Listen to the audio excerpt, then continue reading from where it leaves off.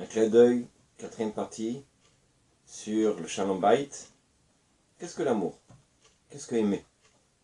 On a souvent cette idée que dès qu'on voit la notion de aimer, on imagine, malheureusement dans les films, le jeune homme avec la jeune fille qui sont là, ils marchent lentement sur le sable, l'un à l'encontre de l'autre. Il y en a une fois, il a dit, la femme elle a dit une fois au psychiatre, au psychologue, vous savez, moi, quand mon mari, il arrive vers moi, moi je cours et je m'enfuis de lui. Qu'est-ce que l'amour? On a l'impression, malheureusement, on est complètement chakoua, englouti avec ces images de films et d'idées comme ça, entre guillemets, ce qu'on appelle les films ketchup, à savoir tout est virtuel. Le ketchup, c'est du sang, c'est pas du sang, c'est du ketchup. Tout est comme ça virtuel. Vous croyez que les acteurs, vraiment ils s'aiment? Je pense que c'est les derniers à essayer de prendre exemple, puisque pour eux, c'est pas l'amour, c'est le désir. Alors, il faut bien comprendre ici, et justement c'est sur ça qu'on va essayer de parler. Si l'amour, c'est le désir, si l'amour c'est une relation entre guillemets physique, alors quelle est la différence entre un homme et un animal?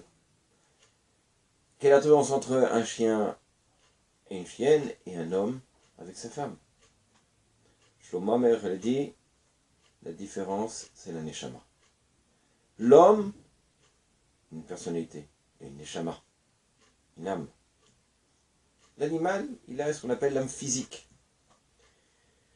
Si vous pensez que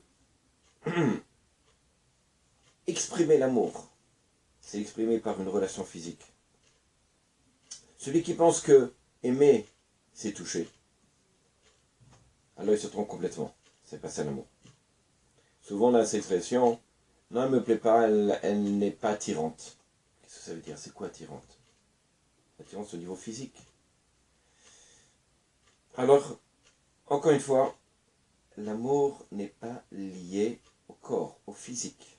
L'amour est lié à la neshama. Lorsqu'un homme se marie avec une femme, il ne se marie pas physiquement. Bien sûr qu'il y a un mariage physique. Mais c'est surtout la rencontre entre deux âmes. Et c'est ça qui va perdurer dans le temps. Je vous donne un exemple. Une fois, il y avait eu deux enfants qui étaient dans le jardin d'enfants. Ils ont grandi ensemble. Ils ont fait l'école, le lycée, le bac. Et puis arrivé au bac, Meretz, ils ont fait l'armée ensemble.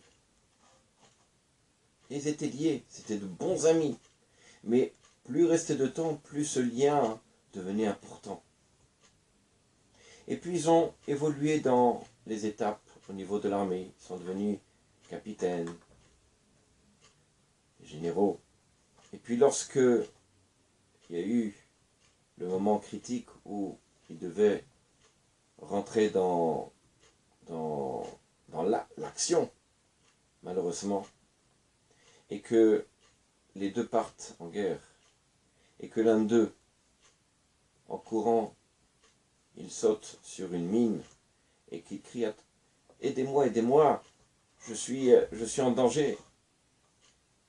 Il y a une mine qui a sauté, et que son ami entend ça, et il se met à courir pour l'aider, et que tous ceux qui sont autour, les généraux à côté, ne cours pas là-bas, c'est un danger, tu vas mourir.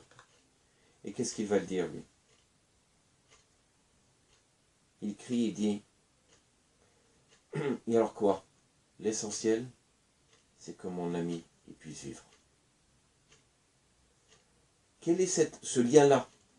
Qu'est-ce qui a fait que ces deux-là s'unissent? Bon, pourquoi? Parce qu'ils se sont touchés, parce qu'ils se sont pris la main, parce qu'ils se disent bonjour tous les jours. Non. Le lien ici, c'est un lien unique, celui de la neshama. Entre ces deux amis, c'est lié. Au point où il était prêt à faire ce qu'on appelle Messir Nefesh, donner tout de lui pour son ami. Alors, comment arriver à ça? dans un couple, les Hashem. On essaiera de développer ce sujet-là. À bientôt. Shabbat shalom.